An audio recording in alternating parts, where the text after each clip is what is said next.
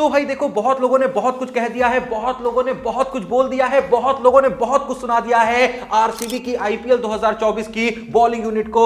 लोग बस यही कहे जा रहे हैं कि क्या घटिया बॉलिंग है आरसीबी की आईपीएल 2024 में, ये कोई बॉलिंग होती है, खड़े खड़े सारे मैच हरवा देगी आरसीबी की बॉलिंग। तो आओ भाई, आज मामला थोड़ा सा उल्टा करते हैं। ठीक है, दो पल के लिए मान लेते हैं कि आरसीबी की बॉलिंग में कोई दम नहीं है, हालांकि इतनी भी खराब नहीं है। मैं कई वीडियोस में आरसीबी की बॉलिंग पे अच्छे से डिस्कस कर चुका हूं, लेकिन जैसा मैंने कहा, आज मामला थोड़ा सा उल्टा करते हैं। आज की वीडियो को एंड तक देखते रहना, क्योंकि आज की वीडियो में हम नजर डालने वाले हैं आरसीबी की बॉलिंग पे नहीं, बल्कि आरसीबी की बैटिंग पे।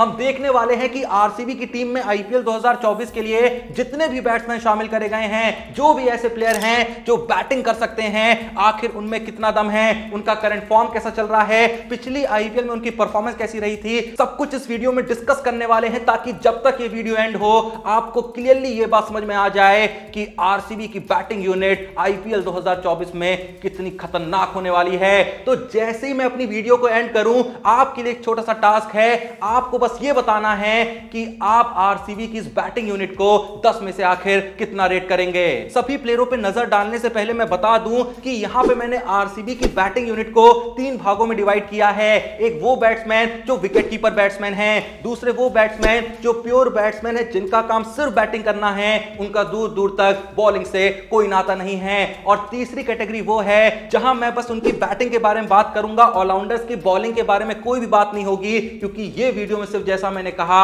हम आरसीबी की बैटिंग पे नजर डालने वाले हैं। लेकिन इससे पहले कि हम नजर डालें, आप जल्दी से जाइए डिस्क्रिप्शन और पिन कमेंट में दिए हुए लिंक से वीरू भाई के टेलीग्राम चैनल को ज्वाइन कर लीजिए। मैं जानता हूं तुम रोज सोचते होगे कि भाई बीच बीच में ये वीरू भाई कहां से आ जाते हैं। अब भाई मैचेस हुए जा रहे हैं, दिन पर दिन 5-6 मैचेस खेले जा रहे हैं, अपन वीरू भाई की मदद से मस्त फैंटेसी टीम बना के मस्त प्रेडिक्शन करके पैसे कमा रहे हैं। तो भाई फर्ज है ना आपको बताना, इसीलिए बताते हैं कि भाई जितने भी मैचेस दिन में हो रहे हैं, तुम फॉलो करते हो नहीं करते हो, तुम देखते हो नहीं देखते हो, घंटा फर्क नहीं पड़ता है, तुम्हें बस जाना है उनके टेलीग्राम चैनल को ज्वाइन करना है, जिसका लिंक तुमको डिस्क्रिप्शन और पिन करने मिल जाएगा, या फिर व्हाट्सएप नंबर स्क्रीन पे, वहां पे जाके डीएम करना है। फ्री में सारे मैचेस की प्रेडिक्शन को उठाना है, मस्त अपनी फैंटेसी टीम बनाना है, प्रेडिक्शंस करके पैसा कमाना है। अपन कमाते हैं इसीलिए तो आपको बताते हैं, बाकी आप समझदार हैं, आपको ठीक लगे तो करिए, नहीं लगे तो मत करिए, आपकी मर्जी, नुकसान आपका होगा। हम तो फायदे की बात कर रहे थे इसलिए आपको बता दी। तो आओ यार, अब वीडियो को शुरू करते हैं और देखते हैं कि आरसीबी के हर बैट्समैन में आखिर कितना दम है। जैसा मैंने बताया था कि यहां पे हमारी पहली कैटेगरी होने वाली है विकेट कीपर बैट्समैन की। तो आरसीबी के पास देखो 2 विकेट कीपर बैट्समैन हैं, जिसमें सबसे पहला नाम आता है दिनेश कार्तिक का। अगर हम दिनेश कार्तिक की पिछले साल की आईपीएल परफॉर्मेंस पे नजर डालें तो भाई बहुत ज्यादा निराशा होती है, क्योंकि पिछले सीजन में दिनेश कार्तिक ने 13 इनिंग में मात्र 140 रन मारे थे, एवरेज रही थी बहुत ही घटिया 11.67 की, और स्ट्राइक रेट रही थी 134.62 की। अब नजर डालें अगर आरसीबी के दूसरे विकेट कीपर पे, जो कि है अनुज रावत, तो अनुज रावत ने 7 इनिंग में पिछले सीजन में मात्र 91 रन मारे थे, एवरेज 30.33 की रही थी, और स्ट्राइक रेट 128.17 की रही थी। मतलब आरसीबी के विकेट कीपर बैट्समैन जो यहां पे हैं, दोनों ही वो बिल्कुल भी इंप्रेस नहीं करते हैं। अब आगे बढ़े अपनी दूसरी कैटेगरी की तरफ, जहां पे हमने प्योर बैट्समैन को रखा है, जिनका काम सिर्फ और सिर्फ बैटिंग करना है। तो इस कैटेगरी की शुरुआत करेंगे हम उस प्लेयर से जिसने पिछले सीजन में आरसीबी के लिए सबसे ज्यादा रन मारे थे। हाँ, मैं बात कर रहा हूं फैफ डू प्लेसिस की। फैफ डू प्लेसिस ने पिछले सीजन में 14 इनिंग में 730 रन जड़े थे, 56.15 की बैटिंग एवरेज के साथ, और 153.68 की उनकी स्ट्राइक रेट रही थी। वहीं अगर फैफ डू प्लेसिस से आगे बढ़े तो नाम आता है king of cricket Virat Kohli का। विराट कोहली ने पिछले सीजन में 14 इनिंग में 639 रन जड़े थे, 53.25 की बैटिंग एवरेज के साथ, और उनकी स्ट्राइक रेट रही थी 139.82 की। यही वजह है कि कहा जाता है आरसीबी की बैटिंग 75% बस 2 प्लेयरों पर डिपेंड करती है,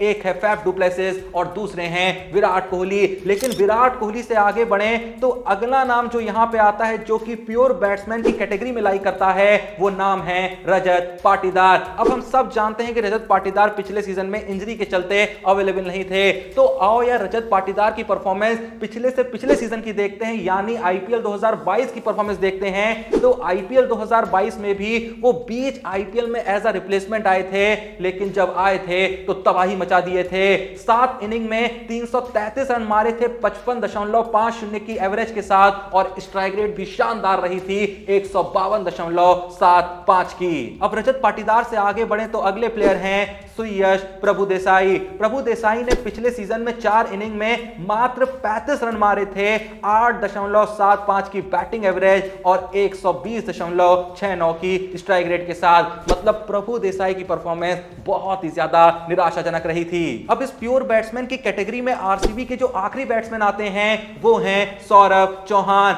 जिनको इसी साल आरसीबी ने 20 लाख में अपनी टीम में शामिल करा है। मैं बता दूं कि सौरभ चौहान भी कभी कभी विकेट कीपिंग कर लेते हैं, लेकिन बहुत ही ना के बराबर विकेट कीपिंग करी है, इसीलिए मैंने इनको विकेट कीपर वाली कैटेगरी में नहीं रखा है, प्योर बैट्समैन वाली कैटेगरी में रखा है। अब जहां तक बात रही कि इनकी परफॉर्मेंस कैसी रही है, तो भाई आईपीएल आज तक खेले नहीं हैं, लेकिन फिर भी अगर मुझे थोड़ी सी इनकी परफॉर्मेंस के बारे में हिंट देनी हो तो भाई ये समझ लो, हाल ही में जो सैयद मुश्ताक अली ट्रॉफी हुई थी साल 2023 में, वहां सबसे ज्यादा स्ट्राइक रेट जिस बैट्समैन की रही थी वो कोई और नहीं, वो सौरभ चौहान थे। मतलब मात्र 20 लाख रुपए में एक बहुत ही कमाल का प्लेयर आरसीबी ने अपनी टीम में शामिल कर लिया है। तो अब चलें अपनी तीसरी कैटेगरी की तरफ, तो वो कैटेगरी है ऑल राउंडर्स की। लेकिन जैसा कि मैं आपको पहले ही बता चुका हूं कि यहां पे हम ऑलराउंडर्स की बॉलिंग परफॉर्मेंस पे कोई बात नहीं करने वाले हैं, सिर्फ और सिर्फ उनकी बैटिंग की बात करने वाले हैं। तो आओ यार ऑलराउंडर की लिस्ट शुरू करते हैं आरसीबी के सबसे बेहतरीन ऑलराउंडर से, जो कि हैं ग्लेन मैक्सवेल।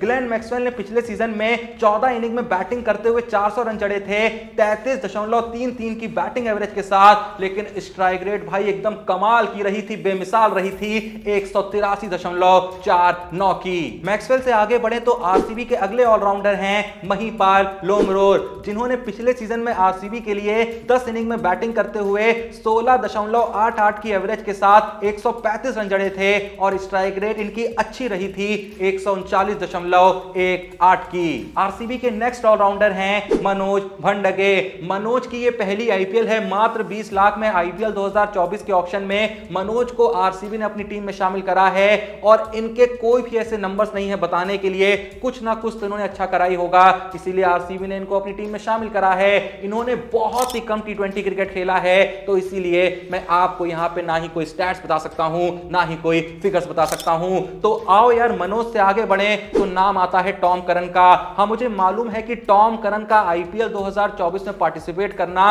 अब भी थोड़ा डाइसी है, लेकिन अभी तक आरसीबी ने कोई भी रिप्लेसमेंट यहां पे नहीं किया है जिससे ये माना जा सकता है कि वो टॉम करन के फिट होने का इंतजार कर रहे हैं। तो मान के चलते हैं कि टॉम करन हमको आईपीएल 2024 में आरसीबी के लिए खेलते हुए दिखेंगे, तो लगे हाथ आओ यार थोड़ा सा उनके बैटिंग नंबर्स पे नजर डाल लेते हैं। तो यार पिछले 2 सीजन से टॉम करन आईपीएल में नहीं खेल रहे हैं क्योंकि उनको कोई खिला नहीं रहा है। तो अभी तक उन्होंने वैसे आईपीएल में कुल 13 मैचेस खेल रखे हैं। इन 13 मैचेस में इनकी बैटिंग एवरेज अच्छी रही है 25.40 की, स्ट्राइक रेट थोड़ी सी निराशाजनक है 118.69 की। देखो मैं बता दूं कि टॉम करन की जो स्ट्राइक रेट है ना, ये उनके टैलेंट के साथ जस्टिफिकेशन नहीं करती है, क्योंकि हाल ही में जितने भी मैचेस टॉम करन ने खेले हैं बिग बैश लीग वगैरह में, वहां टॉम करन की परफॉर्मेंस काफी अच्छी रही है। बल्ले से बॉलिंग की बात हम यहां करने ही नहीं वाले हैं, लेकिन बैटिंग के मामले में भाई सच बोल रहा हूं, पिछले 1-1.5 साल में टॉम करन की बैटिंग में काफी सुधार देखने को मिला है। बाकी बॉलिंग तो वो करते ही हैं। अब नजर डालें आरसीबी के अगले ऑलराउंडर पे, तो वो हैं स्वप्निल सिंह,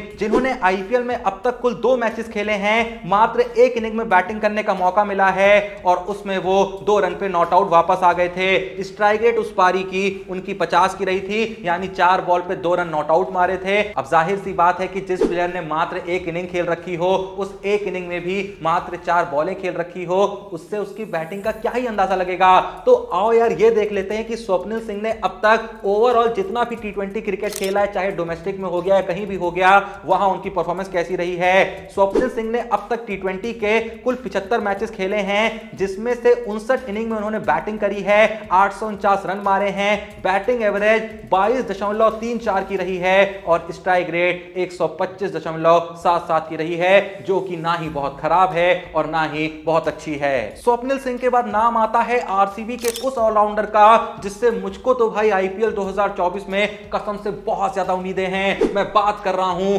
विल जैक्स की। देखो विल जैक्स ने भी अब तक आईपीएल में डेब्यू नहीं करा है, तो आओ यार उनकी परफॉर्मेंस हाल ही में जो साउथ अफ्रीका टी20 लीग हुई है ना, वहां देख लेते हैं उन्होंने कैसा परफॉर्म करा है। तो भाई जब बात बैटिंग की आ जाती है, विल जैक्स ने साउथ अफ्रीका टी20 लीग में 7 इनिंग में 270 रन मारे हैं 38.57 की बैटिंग एवरेज के साथ। और भाई तुम सुन के चौंक जाओगे कि विल जैक्स की साउथ अफ्रीका टी20 लीग में जो स्ट्राइक रेट रही है ना, वो 201.49 की रही है, जो कि इस लीग की बेस्ट स्ट्राइक रेट थी। इसीलिए मैं कह रहा हूं कि आईपीएल 2024 में आरसीबी के लिए ये जो प्लेयर है ना, ये धमाका मचा देगा। बाकी ये बताने की कोई जरूरत नहीं है कि विल जैक्स बॉलिंग में भी अच्छा खासा कंट्रीब्यूशन दे सकते हैं। तो अब अगर हम नजर डालें आरसीबी के आखिरी ऑलराउंडर पे, यानी ऐसे आखिरी प्लेयर पे जो बैटिंग में कंट्रीब्यूशन देने की बहुत बड़ी काबिलियत रखता है, उसका नाम है कैमरून ग्रीन, जिसको इसी सीजन में आरसीबी ने अपनी टीम में शामिल करा है। लेकिन अगर हम नजर डालें कैमरून ग्रीन की आईपीएल में बैटिंग परफॉर्मेंस पे, तो भाई पिछले सीजन में मुंबई के लिए खेलते हुए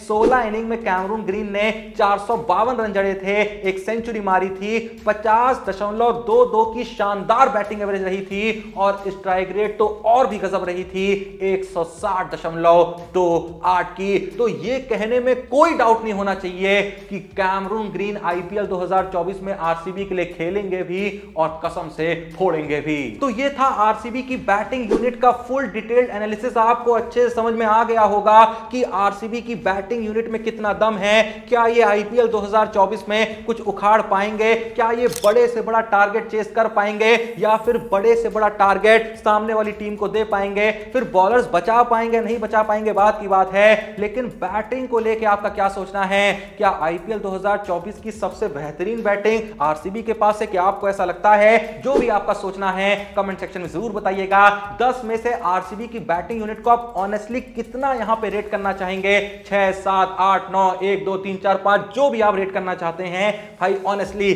जबरदस्ती कुछ मत लिखना, ऑनेस्टली क्रिकेट वाला दिमाग लगा के जो भी तुमको यहां पे लग रहा है ना भाई, कमेंट सेक्शन में बस वो नंबर मेंशन कर देना। बाकी जैसा मैंने कहा, जल्दी से जाके डिस्क्रिप्शन और पिन में दिए हुए लिंक से वीरू भाई के टेलीग्राम चैनल को ज्वाइन कर लेना, व्हाट्सएप नंबर स्क्रीन पे जाके डीएम कर देना, आज के सारे मैचेस की टीम बना लेना। सारी प्रेडिक्शन वहां पे आ चुकी होंगी या फिर कुछ देर में आएंगी जैसे जैसे मैच करीब आएगा। और मैच शुरू होने के बाद भी आप प्रेडिक्शन कर सकते हैं, आपको पता ही है। सारी प्रेडिक्शन में मदद कौन करेंगे? वीरू भाई। आपको प्रेडिक्शन उठानी है, मस्त भाई अपना प्रेडिक्शन करना है, पैसा छापना है मेरी तरह, तो जाओ यार जल्दी से पैसा बनाओ। वीडियो पसंद आई लाइक करो, चैनल को सब्सक्राइब करो। मिलते हैं नेक्स्ट वीडियो में, तब तक के लिए जय हिंद, धन्यवाद।